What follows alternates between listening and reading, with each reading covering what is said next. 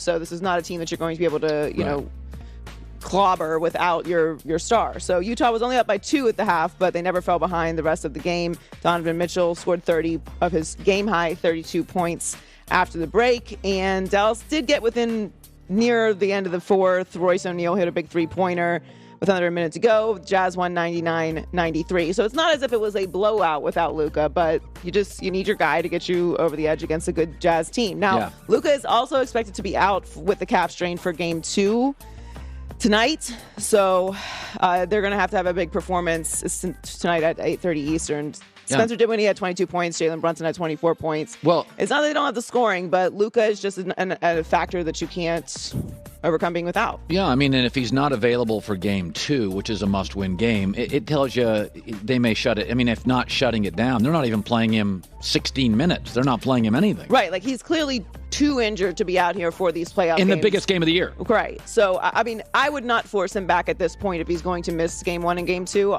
Obviously, he's a young player. This is going to be kind of interesting, though, because they haven't made out of the first rounds with Luka. He's injured now.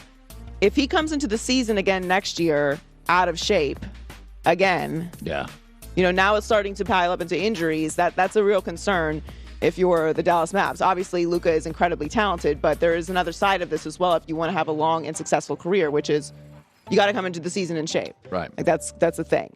So the USFL kicked off this weekend, and fans are showing how excited they are about spring football. The league projects there were 3 million viewers across Fox, NBC, and their streaming audience for the opening game. The Birmingham Stallions' 28-24 victory over the New Jersey Generals also peaked with nearly 3.5 million viewers during the broadcast. The camera angles are incredible. They have all these really cool different elements. They have these, they put microphones in the pads so you can hear what Moose called the crunch. So you can hear the crunch sound when you hear the hits. They're showing some of the different angles now. They have the cams in the helmets. It's really cool, all the different elements that they're using. Well, I've told you, I've been wrong twice, but I absolutely believe spring football will work. One, now with legalized gambling, it gives us something to gamble, and we do as a country gamble football. Two, there's just a lot of good quarterbacks out there. The high school quarterbacking is sensational. If you have quality quarterbacks and you can protect them a little, it'll be watchable. It'll be consumable. And the other thing is all these spring football leagues, they know they're not going to duplicate the NFL. They take big risks on their TV product, and some of it's just fascinating to watch.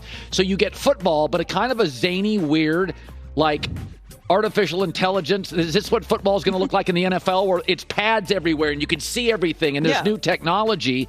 And the XFL did this years ago with Vince McMahon, and everybody mocked it, but it was like the NFL stole stuff from it and should have. So the spring football, to me, is going to work. It's like any other business. It's going to work. You're going to need the right capitalization. So you got Fox and NBC now. We've got networks with real money.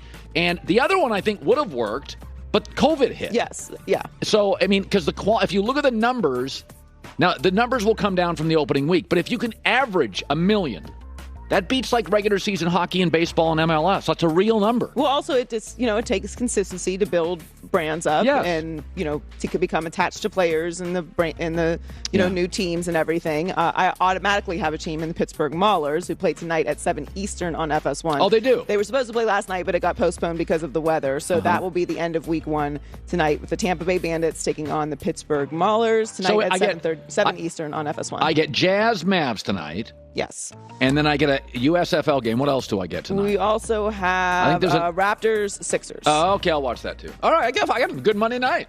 Warriors Nuggets. And Warriors What am I Nuggets, complaining about? You got a full day of sports. This is fantastic. Joy with the news.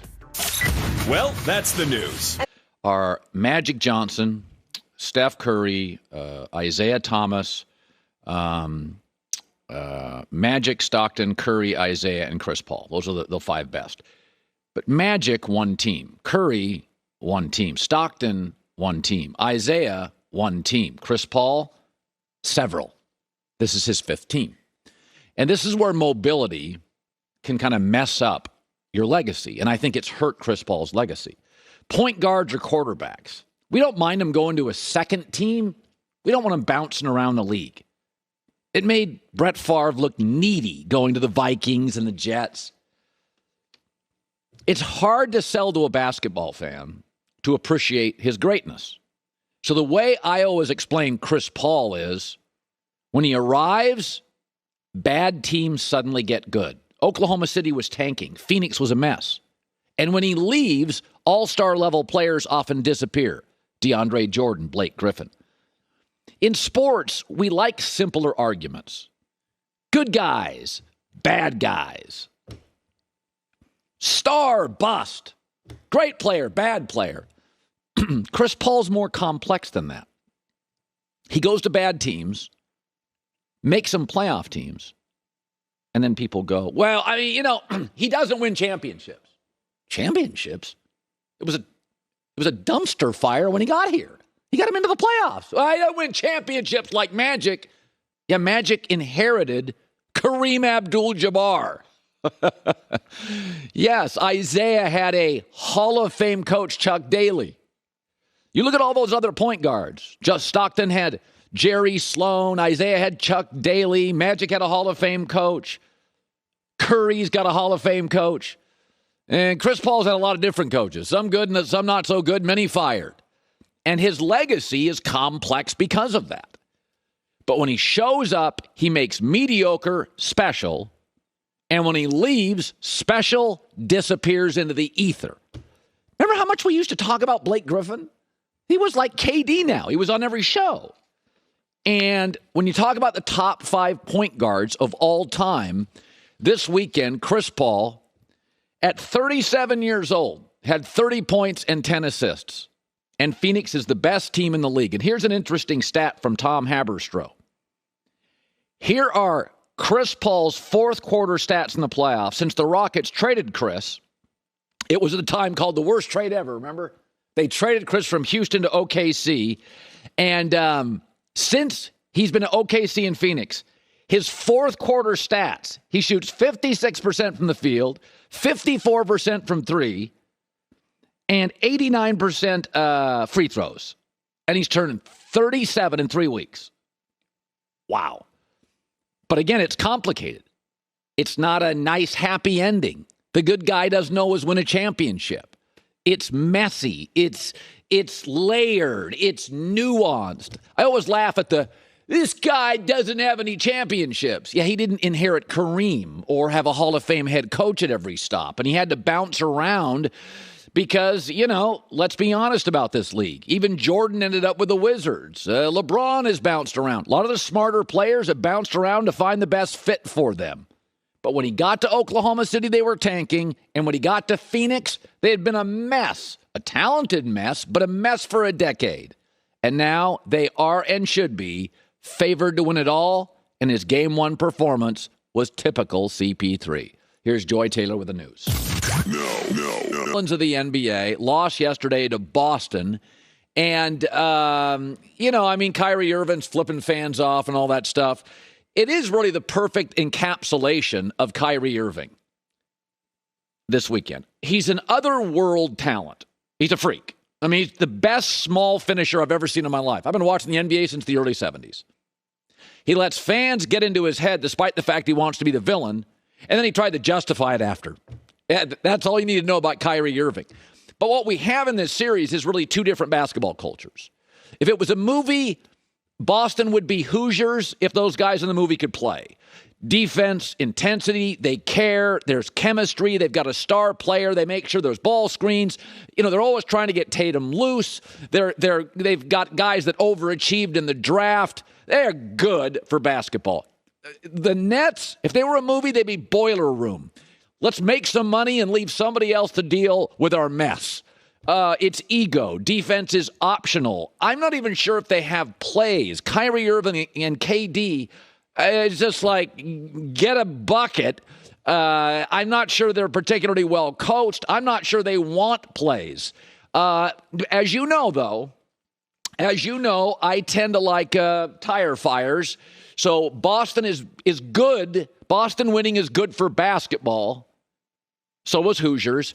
And Brooklyn is good for drama. And I can't take my eyes off them.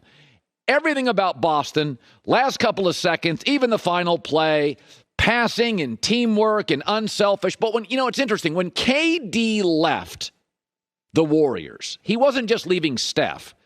He was leaving kind of the LA Rams of the NBA, a really smart GM and a really smart coach and a really smart culture. And there was accountability.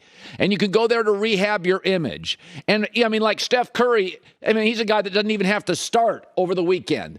He didn't just leave a player. He left a culture. And Brooklyn is the opposite of the Warriors. Chemistry, defense, accountability, And I find myself watching KD and Kyrie and thinking they're succeeding despite themselves. And I'm not even sure if they're succeeding, because if they get bounced in this round, that's a massive disappointment. And I like watching them play. But, you know, when you choose to be a villain, LeBron did. He didn't even really mean to. Like he gave $1 million to a Boys and Girls Club when he had that big decision. It was clumsy. He didn't want to be a villain. But after a year of being the villain, LeBron's like, I don't like being a villain. I don't like this. Kyrie and KD have chosen to be the villain, and they don't like the shrapnel and the pitfalls of it. You're going to get heckled. People are going to be on you. I mean, KD's sensitive. We know that.